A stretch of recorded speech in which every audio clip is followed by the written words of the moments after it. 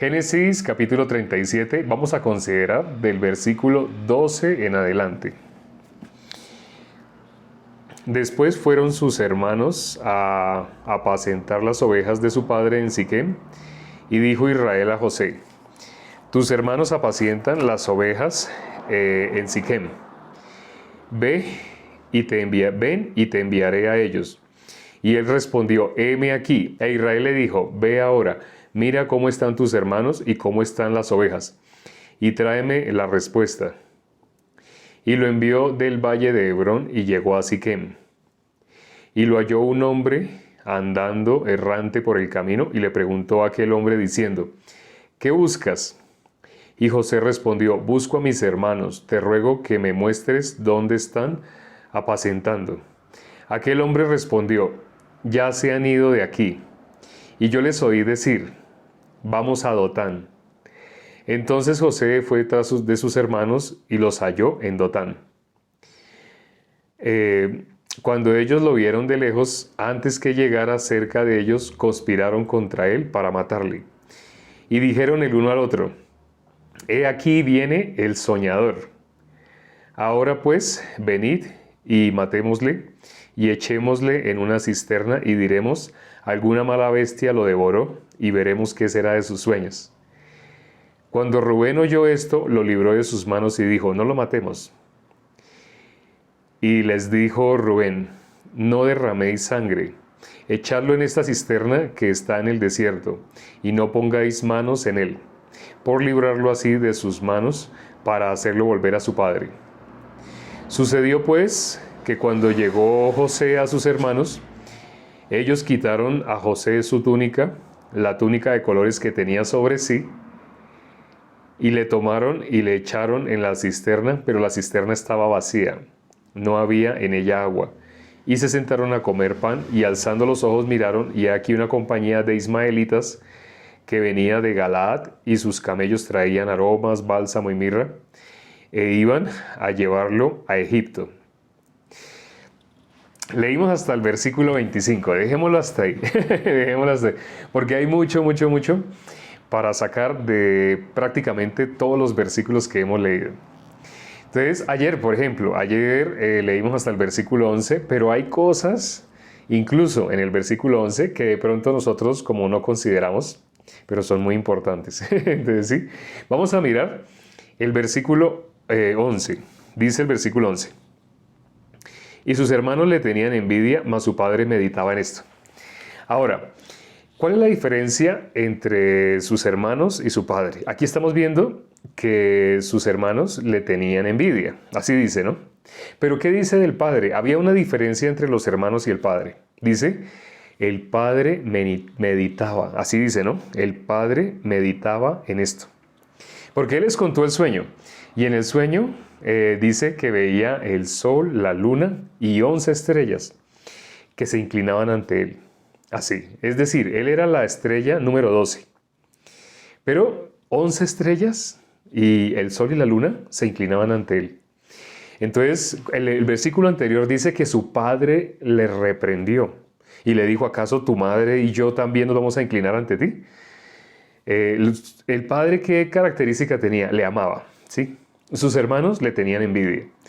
Pero cuando miramos este versículo 11 que leímos ayer leímos hasta el versículo 11, pero no alcanzamos a sacarle el jugo a todos los versículos. Entonces, este es uno que toca rescatar del día de ayer, inevitablemente. Por eso hoy frenamos en el 25 nomás, hasta ahí. Porque es necesario considerar lo que dice ese versículo 11. Cuando dice que sus hermanos le tenían envidia, pero que su padre meditaba en ello, su padre meditaba en esto. Ese sueño que él tuvo, su padre meditaba. La diferencia básica entre el padre y los hermanos es: el padre lo amaba, los hermanos lo odiaban. Entonces, ¿qué representa el padre? ¿Qué representa a los hermanos? ¿Quién es el que nos ama?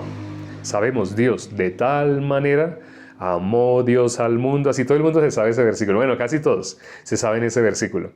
Todos los que han pasado por iglesias, entre comillas, se saben por lo menos ese versículo, que dice: de tal manera amó Dios al mundo. Entonces, Dios es el que ama, ¿sí? Pero sus hermanos lo amaban, no, lo odiaban. Entonces sus hermanos le tenían envidia, lo odiaban. ¿Saben bíblicamente quién nos tiene envidia? Es decir, ¿saben quién nos odia? No sé si sepan, Satanás. Satanás, ¿por qué quería transmitir lo que él heredó? Él que recibió, no heredó, no, Satanás fue el origen. Satanás es el origen del pecado. Entonces, las personas no saben esto. Las personas saben que el pecado entró en el mundo por Adán. Hasta ahí saben. Pero si el pecado entró en el mundo por Adán, ¿el pecado desde cuándo existe? Es decir, ¿cuál es el origen del pecado? Hoy lo van a saber. Sé que muchas personas no saben esto. Pero el origen del pecado es Satanás. Él es el pecado en sí. Él es el origen del pecado. Entonces, el corazón de él quiso transmitirlo a Adán y Eva. ¿Por qué? Porque tenía envidia, ¿sí? Él tenía envidia. Lo mismo que estamos viendo acá en ese versículo 11, ¿sí? Él tenía envidia de nosotros, de la creación que Dios hizo, de Adán y Eva. Entonces, primero que todo, ¿qué es el pecado? Bueno, vamos a considerar Isaías 14. Vamos a mirar Isaías capítulo 14. Miremos qué dice el versículo 9. Desde el versículo 9 dice: el Seol abajo se espantó de ti, despertó muertos que en tu venida saliesen a recibirte. Hizo levantar de sus sillas a todos los príncipes de la tierra, a todos los reyes de las naciones.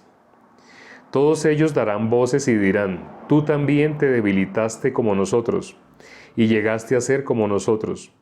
Descendió al Seol tu soberbia, y el sonido de tus arpas. Gusanos serán tu cama, y gusanos te cubrirán. ¿Cómo caíste del cielo, oh lucero, hijo de la mañana? Todo el mundo sabe cómo se llamaba Satanás, cómo se llamaba antes. Él era Lucero, ¿sí? Se convirtió en Lucifer, ¿sí? Él era Lucero. Entonces aquí dice: ¿cómo caíste del cielo, oh lucero, hijo de la mañana? Cortado fuiste por tierra, tú que debilitabas a las naciones, tú que decías en tu corazón: subiré al cielo, en lo alto, junto a las estrellas de Dios, levantaré mi trono, y en el monte del testimonio me sentaré, a los lados del norte. Sobre las alturas de las nubes subiré y seré semejante al Altísimo. Mas tú derribado eres hasta el Seol, a los lados del abismo. Se inclinarán hacia ti los que te vean, te contemplarán diciendo: ¿es este aquel varón que hacía temblar la tierra, que trastornaba los reinos? Que puso al mundo como un desierto, que asoló sus ciudades, que a sus presos nunca abrió la cárcel. Todos los reyes de las naciones, todos ellos yacen con honra, cada uno en su morada. Pero tú, echado eres de tu sepulcro, como vástago abominable, como vestido de muertos, pasados a espada, que descendieron al fondo de la sepultura, como cuerpo muerto. Y podemos seguir leyendo la descripción de Satanás. Está hablando de Satanás, está hablando el origen del pecado. Estos versículos que hemos leído muestran el origen del pecado. No sé si se fijaron en especial el versículo 13 y 14. Ahí habla qué corazón tenía él que lo convirtió en Satanás. Es decir, que lo convirtió en pecador. Fue el primer ser que pecó. ¿Él qué característica tenía? No sé si se dieron cuenta ahí cómo se nombró. En alguna parte se nombró como, él era ¿qué? Varón. Él era varón. Y ya hemos hablado bíblicamente qué es varón. ¿Varón a quién se le dice? A alguien que fue a imagen, que fue y estuvo con Dios. Para que haya estado con Dios era a imagen. Es más, las personas que van a ir al cielo, única y exclusivamente pueden ir al cielo las personas que tienen la imagen de Dios. Esa imagen que nosotros perdimos en Adán. Precisamente acabo de contestar, estaba contestando los comentarios y acabo de contestar a alguien que dijo: pero recuerda que nosotros fuimos hechos a imagen y semejanza de Dios. Y tuve que decirle a esa persona: sí, yo lo sé, pero ¿tú sabes en qué momento toda la humanidad perdió esa imagen y semejanza? ¿Por qué tuve que decirle esto? Porque el común de las personas no lo sabe. El común de las personas piensa únicamente en ese versículo que dice que fuimos hechos a imagen y semejanza. Sí, sí fuimos hechos a imagen y semejanza. ¿Quién, teniendo este cuerpo recientemente, bíblicamente quedó registrado, de las personas más recientes en el Nuevo Testamento, quedó registrado que tenía la imagen de Dios? Nuestro Señor Jesucristo. Inclusive, por eso se compara a Adán con nuestro Señor Jesucristo. El uno fue el primero. Por un hombre entró el pecado al mundo. Pero el otro fue nuestro Señor Jesucristo. Por uno, los muchos fueron constituidos justos. ¿Por quién? Por nuestro Señor Jesucristo. Entonces, varón, ¿a qué se refiere la Biblia cuando habla de varón? Se está refiriendo a una persona que tiene la imagen, ¿sí? En este caso, Satanás tenía la imagen. Él estaba con Dios. Él estaba delante de Dios. Nadie podrá ir delante de Dios si no tiene la imagen. Es más, ustedes conocen la palabra santísimo. No sé si la han oído. Santísimo. Hay personas que cuando se asustan dicen, ¡ay, santísimo! Así, ¿sí? En mi país pasa eso, ¡ay, santísimo! Pero bíblicamente la palabra no existe santísima. ¿Sí sabían? Santísimo es una palabra en masculino, sí, santísimo. Y santísima es una palabra en femenino. Pero cuando ustedes buscan en toda la Biblia, si aparece la palabra santísima, no aparece. ¿Por qué? Porque el atributo de santísimo significa lo más santo que hay. Y santísimo, solo hay alguien que tiene ese atributo. Solo hay un ser que tiene el atributo de ser santísimo. ¿Quién es? Dios. Decirle santísimo a alguien más o decirle santísima a alguien más es una locura. Comparando con la Biblia. Si hablamos por la lógica, no, pues hay muchas personas que por su punto de vista dicen santísimo, santísima, así, llaman a la ligera. Pero cuando miramos la Biblia es blasfemia. En la época de nuestro Señor Jesucristo, si alguien hubiera dicho santísima yo no sé qué, esa persona tenía que ser apedreada. Por ejemplo, santísima, no sé, santísima y póngale cualquier nombre. Si alguien decía santísima, ya tenía que ser apedreado. Porque santísimo solo es un atributo que tiene Dios. En esta época, muchas personas dicen así a la ligera, santísima. Sí, pero delante de Dios es terrible. O sea, personas que conocen la Biblia, como los judíos que la conocían, ellos la conocían. Hoy hablamos precisamente un video que teníamos que aclarar, la diferencia entre conocimiento y ciencia, ¿sí? Entre conocimiento y ciencia. Yo les puedo nombrar, y hoy lo nombré en el video de esta mañana, el video cortito, les puedo nombrar las piezas del ajedrez, porque yo jugaba con ellas, pero no me refiero a que yo jugaba ajedrez, no. Sino que mis familiares estaban jugando ajedrez y yo al lado de ellos veía cuando ellos sacaban las fichas del tablero y yo cogía esas fichas. Y yo tenía mis carritos y yo subía esas fichas, el rey, el alfil, la reina, el caballo, los peones, así yo subía las torres, subía a mis carritos y yo empezaba a jugar con mis carritos y ahí llevaba el rey y en otro llevaba el caballo, a veces hacía trencito. Ese es mi conocimiento de ajedrez. Bueno, y sé que tiene el tablero en el que se juega, tiene 8 cuadros por 8 cuadros, es decir, 8 por 8, 64, ¿no? De los cuales la mitad, 32, vienen siendo negros. 32 vienen siendo blancos, porque sé que están repartidos mitad y mitad, porque yo he visto el tablero. Ese es mi conocimiento de ajedrez, pero yo no tengo ni idea de cómo se juega el ajedrez. Entonces, ¿tengo conocimiento de ajedrez? Sí, tengo. Les acabo de decir cuál es el conocimiento que yo tengo de ajedrez. Pero si ustedes me dicen, no, yo no te estoy preguntando si tienes conocimiento de ajedrez, sino te pregunto si tú tienes ciencia de ajedrez. No, la ciencia del ajedrez, sé que hay personas que la tienen. La persona que tiene la ciencia del ajedrez se le dice campeón. ¿Sí? Se le dice campeón de ajedrez. El que tiene la ciencia de ajedrez la domina. Sabe exactamente cómo se debe mover. Sabe exactamente todas las jugadas que existen y cómo puede contrarrestar si le hacen alguna jugada específica. Esa persona tiene la ciencia, ¿sí? Pero el común de las personas no, ¿sí? Es decir, solo hay una persona o muy pocas, se pueden contar con los dedos de la mano, que se puede decir que tienen la ciencia del ajedrez. El común de las personas no. Incluso hay campeones regionales, pero si se enfrentan al campeón mundial van a perder, uno sabe. ¿Por qué el campeón mundial va a ganar? Porque él es el único que domina esa ciencia. Los otros tienen conocimiento, algunos tienen un conocimiento que se acerca a ciencia, pero no deja de ser solo conocimiento. Estoy hablando bíblicamente. Recordemos que en la Biblia dice, Dios no mira lo que mira el hombre. Si vamos a usar definiciones humanas, pues entonces nosotros veríamos un diccionario.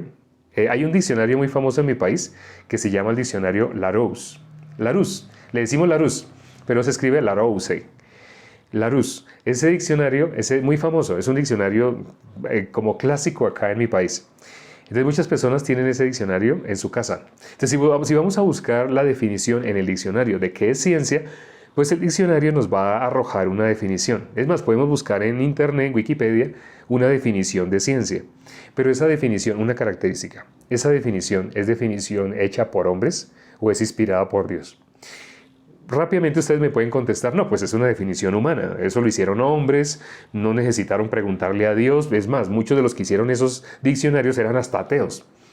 Esas personas ni siquiera creían en Dios ni nada, eran ajenos, nunca conocieron la Biblia. Obviamente, por ser ateos, si les vamos a preguntar algo sobre la Biblia, dicen automáticamente, yo la he leído. Me he encontrado con muchos que tienen ese título de ateos y que dicen automáticamente, yo sí la he leído. Yo les digo, bueno, yo la he leído 14 veces. Sí, entonces hablemos de la Biblia, hablemos de la Biblia. Y no solo me la he leído 14 veces, sino que tengo memorizados grandes trozos. Entonces me dicen, no, pues yo tampoco, yo solo la leí una vez. Tranquilo, le voy a hablar información básica. Le voy a decir algo que una persona que la haya leído, aunque sea una sola vez, conoce. Y le hago preguntas básicas, de verdad, no preguntas muy sofisticadas, no. Dígame los nombres de todos los 7 hermanos de David. No, así no. Sino le hago preguntas muy básicas. Y fallan, o sea, realmente no, o sea, preguntas en las cuales se puede uno dar cuenta, ¿realmente la ha leído? Y no la han leído, pero tienen una sugestión. Ellos han dicho tantas veces que la han leído porque tienen que defender, cuando hablan su tesis delante de otras personas que les apoyan la ideología atea, entonces ellos, para tener más credibilidad, ellos dicen, sí, no, es que yo la he leído, porque una persona no puede ser ateo si no la ha leído. Pero no la han leído. Cuando se les hace la prueba de si la han leído o no la han leído, no la han leído. Nunca, jamás. Si ni siquiera los pastores, ni siquiera. Yo he conocido, como les digo, mínimo semanalmente me encuentro o tengo encuentros con pastores que no, y lo confirman, no la han leído completa. Se justifican. Algunos cuando les decimos, usted ha leído la Biblia completa, de Génesis, Apocalipsis, completa, sin detenerse, ¿la ha leído? Dicen, no, pues yo leo todas las mañanas, siempre por las mañanas yo oro y leo algún salmo y leo algún proverbio. No, me refiero que si la ha leído toda. ¿Sabe cuántas páginas tiene una Biblia? No saben. ¿Sí? ¿Sabe cuánto tiempo se demoraría una persona en leer la Biblia completa? No saben, porque realmente no la han leído. Y lo que salen es expresiones justificativas de los milagros que han hecho, de las cosas que han hecho, pero no la han leído. Y sí, sé que suena loquísimo, como alguien que tiene título de pastor, que está guiando a una congregación, ¿a dónde la está guiando? Supuestamente la está guiando a ser uno solo con Dios, a volver a tener esa imagen. Pero esa persona misma cree que siempre ha sido a imagen de Dios. O sea, no conoce en la Biblia cuándo se perdió esa imagen. Si no conoce cuándo se perdió esa imagen, ¿qué le está enseñando a las personas? ¿Le está enseñando que ya son hijos de Dios? ¿En qué momento? En el momento que aprietan los ojos, aprietan los puños y dicen, yo sé que soy hijo de Dios. O porque hacen una oración donde dice, Señor, desde hoy yo te acepto. ¿Ah, sí? ¿De esa manera es que una persona se convierte en hijo? Bíblicamente, no. Ellos justifican esa oración con Romanos 10:10. Pero bueno, nos faltaría tiempo para explicar, esa no es justificación para esa oración. Esa oración apareció en 1903. Es decir, hace 117 años, por primera vez a alguien se le ocurrió hacer algo así llamado oración de fe. Antes de 1903 no existía esa oración de fe, pero bueno, el tema tampoco es ese. Sí, no estamos hablando de eso. Estamos hablando de ¿qué? De lo que está escrito acá en Isaías 14. El origen del pecado. Eso es muy importante. Las personas no conocen qué es el pecado. Como les digo, cuando les decimos qué es el pecado, automáticamente apelan a su juicio, a su punto de vista, a su lógica, a lo que pueden entender, a lo que tal vez sus padres, sus profesores en el colegio les han recomendado. No sé si ustedes se acuerdan de ese versículo que dice, si alguien no aborrece padre, madre, esposa, hijos y aún su propia vida, por causa de mí no es digno de mí. ¿Saben a qué se refiere? No se refiere a que deje botada a su esposa, no se refiere a eso. Cuando dice el que no aborrece padre, madre, ahora, no está contradiciéndose cuando dice el que honre a padre y madre, no, honre a padre y madre, pero luego dice el que no aborrece a padre y madre. Entonces es una contradicción, no es contradicción. ¿Qué es aborrecer? Ellos a ti te enseñaron, ellos a ti te inculcaron de alguna manera, te hicieron pensar que el camino hacia Dios era determinado, pero entre más tú me escuchas hablar, te darás cuenta, todo lo que me habían enseñado era mentira. Y no es necesario que me creas a mí, ya saben, yo mismo les digo, no me crean a mí, porque yo también estoy en un cuerpo humano y la Biblia dice, maldito el hombre que confía en el hombre. No se refiere a que, maldito el hombre que confía en los demás, también, sí, pero se refiere principalmente a que, maldito el hombre que confía en sí mismo. Por eso dice, el que no aborrece a padre, madre, esposa, hijos y aún su propia vida no es digno de mí. El que no aborrece a quién, aún a sí mismo. ¿Por qué? Porque confiar en el hombre es lo que nos ha llevado a creer en un camino falso. También hoy a muchas personas me hablaron hoy sobre el libre albedrío. Y yo les hacía una pregunta.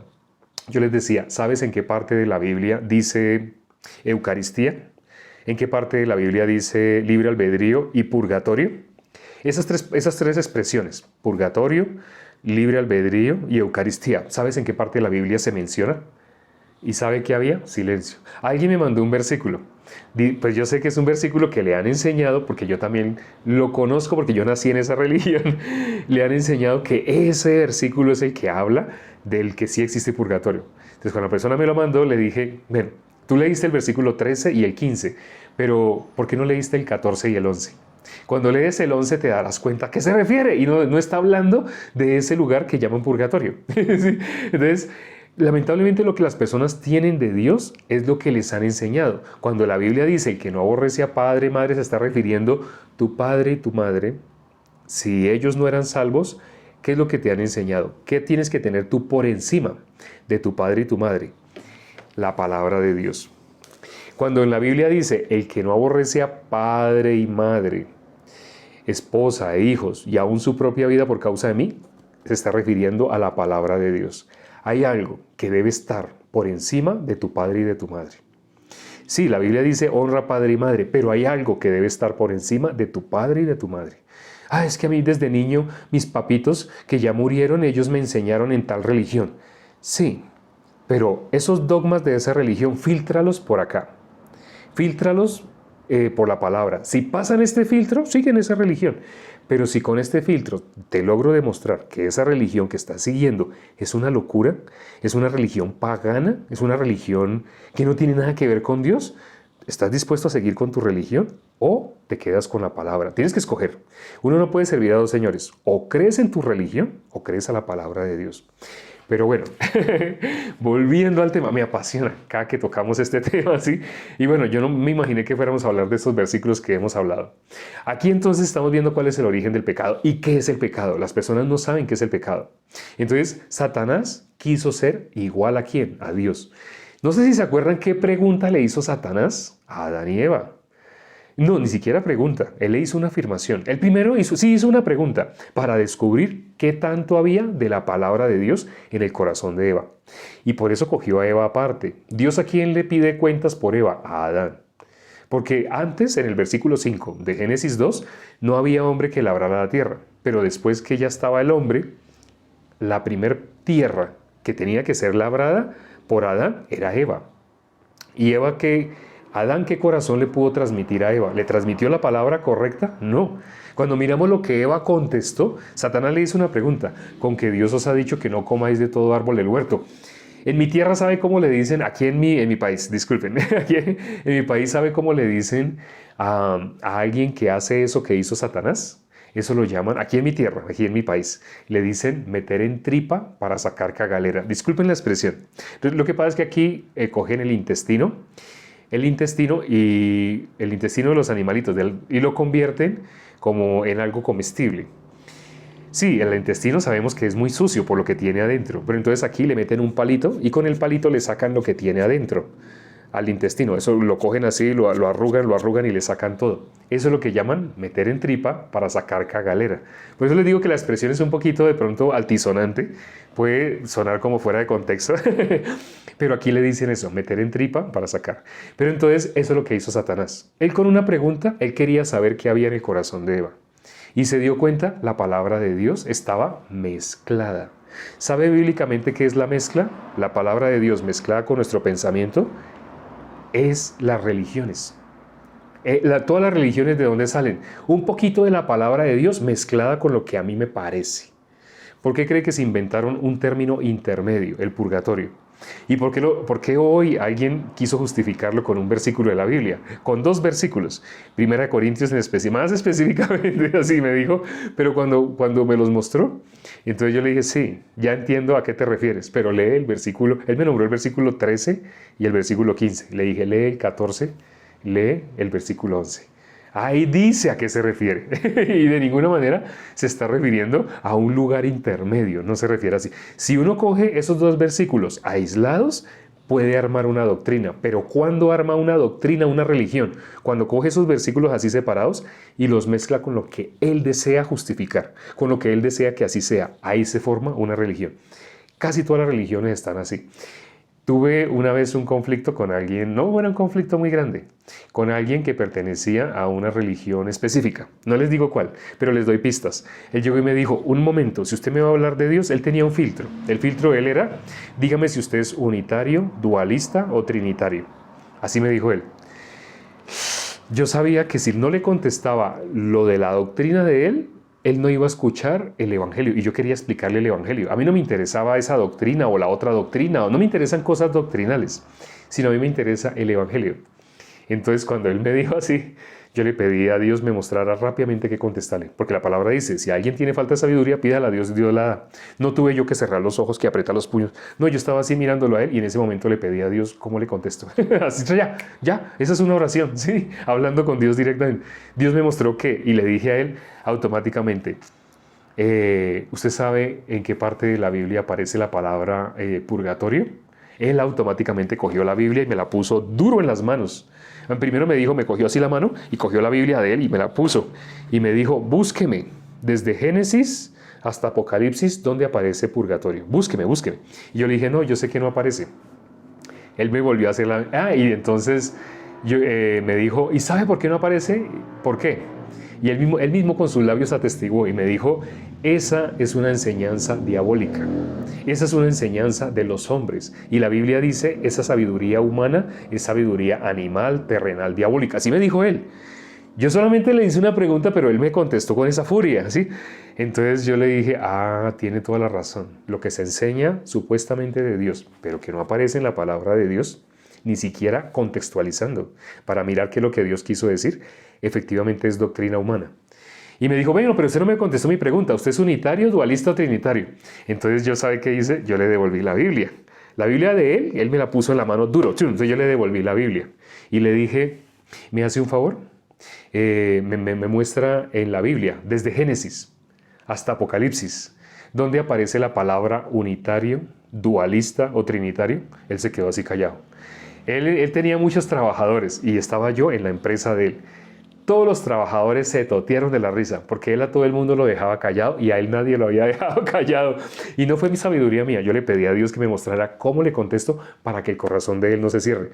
Cuando el corazón de él no se cerró, entonces él mismo me dijo, bueno, pero es que quiero saber ustedes qué creen. Y él buscó un versículo que defiende la doctrina de él. No les digo cuál de esas 3 eran las doctrinas, si él era unitario, dualista o trinitario, no. Pero les cuento, él pertenecía a una de esas 3 cosas doctrinales que no tienen nada que ver con la salvación, son cosas de doctrina. Entonces, cuando él me mostró el versículo, me dijo, pero es que mire, es que aquí en la Biblia dice, yo le dije, sí, así es. Entonces me dijo, entonces entre usted y yo no hay ninguna diferencia. Yo le dije, no, si usted cree lo que está escrito en ese versículo, yo también lo creo. Entonces dijo, bueno, entonces ustedes, y él me nombró una de esas 3. Yo le dije, bueno, acuérdese que esa palabra no aparece en la Biblia. ¿Sí? Entonces yo creo lo que está escrito en la Biblia, pero eso que usted me está nombrando, que por creer en ese versículo específico, yo pertenezco a una de estas 3 doctrinas, eso ya es algo que a usted le han enseñado. Pero acuérdese, a lo que hoy Dios nos llevó, y no sabía que nos iba a llevar a esto, es ¿Qué significa el que no aborrece a padre, madre, esposa, hijos y aún su propia vida? ¿Qué significa eso? Es lo que te hayan enseñado.